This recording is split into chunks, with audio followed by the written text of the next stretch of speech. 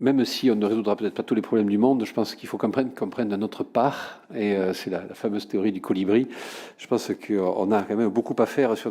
notre métropole. Et ce plan de rénovation que nous a présenté Mme Bichet me semble aller effectivement, on l'a tous dit d'ailleurs, dans le bon sens. Il est extrêmement ambitieux puisqu'il a pour ambition de multiplier par 3 les efforts de rénovation par rapport à ce qu'on a enregistré en 2019, puisque c'est 60 gigawattheures qui permettraient d'être économisés par an si ce plan peut être mis en œuvre. Et j'y vois effectivement beaucoup d'ambition, pas mal de moyens, mais effectivement des grands défis. Grands défis en termes de, notamment d'émiettement de tous ceux à qui on doit s'adresser. Nous avons, ça a été abondamment dit auparavant, beaucoup de propriétaires de maisons individuelles, même s'il y a des collectivités et des habitats collectifs, dont je reparlerai tout à l'heure. Dans le cadre de l'habitat individuel, c'est vrai que nous avons un défi pour aller à disposition, pour se mettre au niveau, pour simplifier, pour accompagner, pour inciter l'ensemble de nos concitoyens qui sont souvent perdus, comme le rappelait Christophe Duprat tout à l'heure, face à la multiplicité des aides et des offres également qui sont proposées.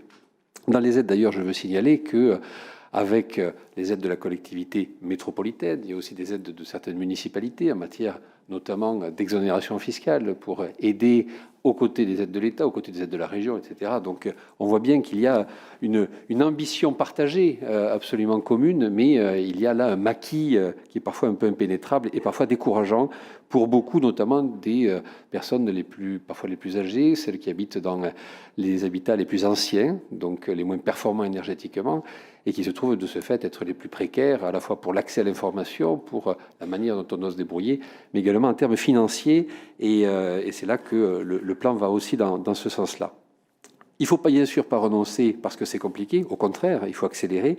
mais je pense qu'il faut également, et je voudrais faire le lien avec d'autres politiques métropolitaines, on en a parlé avec Mme Bichet quelques fois, c'est le lien avec notamment la politique de la mise à disposition de sources d'énergie qui seraient renouvelables et qui seraient là pour le coup directement à mettre en œuvre par la puissance métropolitaine. Je parlais des réseaux de chaleur. Lorsqu'on propose de rénover l'habitat, il faut bien sûr qu'on puisse l'isoler, mais il faut également qu'on puisse le rendre moins dépendant de cette source d'énergie, notamment le gaz dont on parlait tout à l'heure, et qui a pris une élévation de son coût considérable et sans doute extrêmement durable, et que de toute manière, ce n'est pas une source d'énergie particulièrement vertueuse, bien au contraire. Les réseaux de chaleur,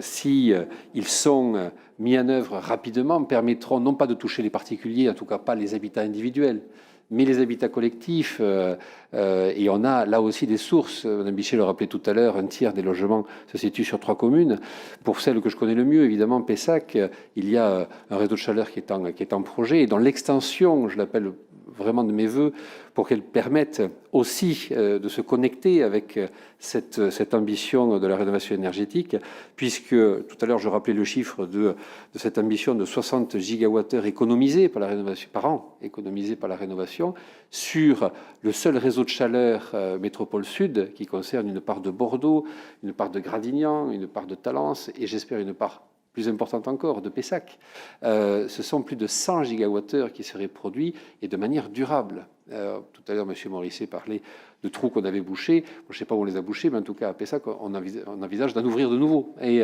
pour que la géothermie puisse être encore un peu plus à disposition. Et je pense qu'il faut faire le lien et la connexion entre la rénovation énergétique, isolation, et en même temps, le fait de pouvoir donner accès à des branchements que la métropole mettrait directement à disposition des collectivités, de l'habitat collectif, l'habitat social, l'habitat privé, mais également les entreprises et également des services publics qui pourraient se brancher sur ces différents réseaux de chaleur. Je vous remercie.